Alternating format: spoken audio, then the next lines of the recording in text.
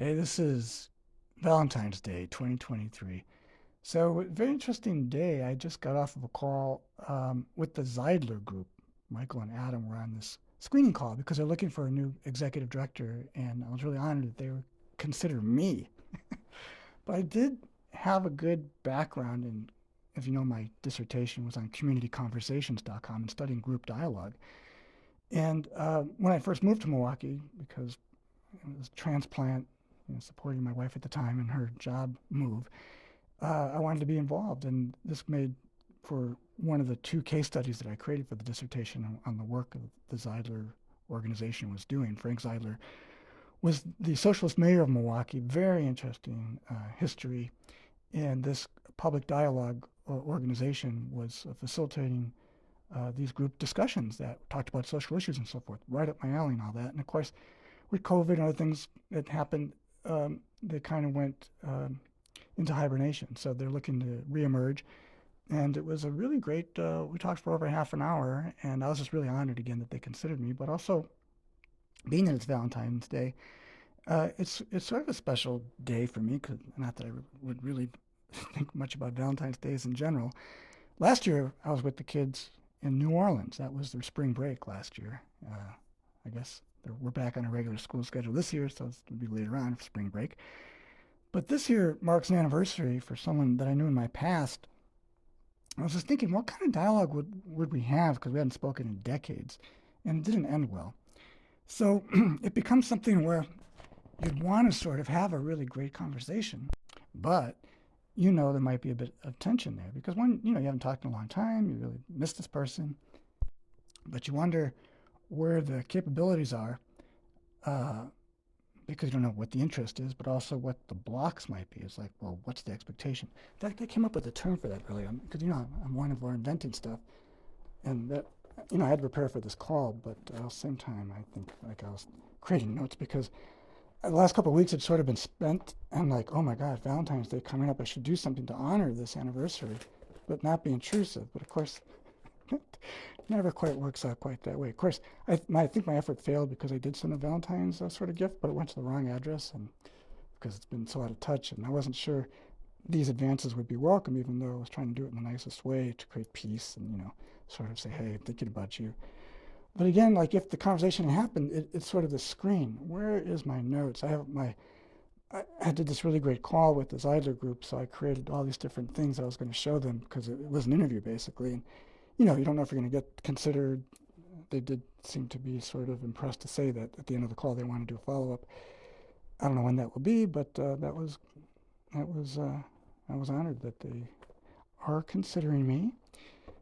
Maybe when they get to know me better, they'll go, "What were we thinking?" Right. I don't know where I did with that, but it was like a perk. I didn't have a K in it. It was PE for perceptions, expectations, and then reactions or the realizations. Okay, this kind of fits into my Welt slash writing. Now, if you're not familiar with anything that I'm talking about, you can find more about me at MikeRatner.com. And then this is part of my Mike'sMastermind.com podcast, which is just sort of loose note taking in my mind, a little bit of a, digital journal check in. And it's sort of a reflection for me to sort of be able to share some ideas because I got a few friends that go, yeah, what's up? I haven't seen you do a recording for a bit. And it's true. The last couple of weeks I've been so focused on, well, one, I was thinking I might go out to New York to pitch a book, which would be the IGO, which is this projected self that we have in our mind. We all know what it is. It's a self imagining the self, right? But no one's given it a name, which is quite remarkable. And maybe I'm just being fanciful and silly. But I call it the IGO instead of the ego. It's I go in my mind. So IGO, and you can find the website or my writing, igoism.com. So igoism.com. So that was going to be my book pitch to an agent that would take to a publisher. But at the same time, I thought, well, if I'm going to go to New York, man, maybe I could fit it in if I'm going to be there during Valentine's. And then my ex-significant other caught COVID, and there was really nobody else in the immediate household to take care of her, and plus I'd been exposed. I wasn't going to travel. I didn't get sick. It took about 10 days to just find back in her seat, feeling better. Went out for the first time today. So job kind of done, but being a caring person, it's like, oh, you want to be judgmental here. If someone got sick, you got to take care of them. So the thing, though, is though while that was happening, I was working on this sort of enterprise outreach, not knowing, and I don't know if anything was reached. I did send an email, and I did have to re-forward from Florida to back to New York because I had the wrong address, and I still might have the wrong address. So who knows? It could have just been a venture Don Quixote thing, fighting the windmills of my imagination. But I went there in my mind. And so where I have this imagined dialogue in my ego with this person, we get along. But I know in real life, we haven't had a dialogue in ages. And we've both matured and changed, I'm sure, quite a bit. But there still would be this projection of this expectation, perhaps, or the uncertainty of what this dynamic is that we're going to come to, assuming that there would be interest and agreement to talk, where things might be just naturally associated to, like simple things like, how are you? Great to talk to you again. Man, what did we go through? That, and have the ability to relate to it, but not be attached to it, so we're not having a reaction to something. Now, I've been doing a lot of self-work, and if you've been following my work, that, well, I probably have the ability much more than I did in the past to be able to hear something that probably from the other person's viewpoint certainly was true in their perspective of like, well, you were really an a-hole. So it's like, well, yeah. And not like, well, you did that. Well, it's your fault. No, no, no. I'm not like that anymore because most things I'm hearing is criticism. If there's something that's being seen that maybe I do not, I think, recognize, it would behoove me to sort of take it and listen. And it may not be true. So it could be someone just having a reaction to something that they perceive that's no longer there or was an indication, or they're just having a bad day, right? It's a mood thing. And that happened to me this morning. I dropped off my 15-year-old, didn't, just say that you have things when you have kids. It's rare, but you should have a better handle on them. But I think there was something in the atmosphere today, being Valentine's Day and everything else going on, and I was just witness to it. And I tried to be supportive, but no matter what you were going to say, you were going to get stomped on. And you just take it. It's like, it's going to be one of those days. Unfortunately, on the day of Valentine's Day and when I'm going to have this interview, it's like I wasn't getting any support at all. But you got to live with it. But at the same time, you're trying to support the person where they're at in whatever way that you can, and mostly by being present.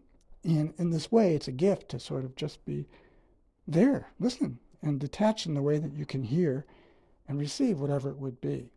And if there's nothing else going on, it's just a simple appreciation that you have this moment with that person. And in this realm, that's a gift. And that's where we really shine, being present without agenda, other than maybe being lovingly present, right? Because, you care about people. And so you want to make sure that they're accommodated in the way that they feel heard. And if there's something that's incomplete for them, to sort of, in the way that you can best facilitate that, either by giving them a deeper insight, helping them understand what it is that they're going through, or a reflection on the past, having that sort of quality interaction, this connection, to me is what is cosmic. And that relates to also the value of the association. So it could just be made up in my mind because something could have been so distant in the past. But I've learned to let things go in the sense that I'm not wanting to make anyone wrong anymore. Now, there could be a lot of things that are in the world, but we have to understand that we're weighed down. So many people are going through hard times. It's hard enough for them that you don't want to just add more of that burden onto them. So how do we have this reflectiveness to sort of, there is an upliftment because we're able to share. And this becomes then, to me, a divine dialogue. And I mean by divining something that is filtered in a really great way. So we're able to have something that's worked through, or a breakthrough, something that's coming through that then can be honored because it's so truthful. It's coming from the heart. And we can define and evaluate what that is and sort of give it merit or not. But it's the consideration of it.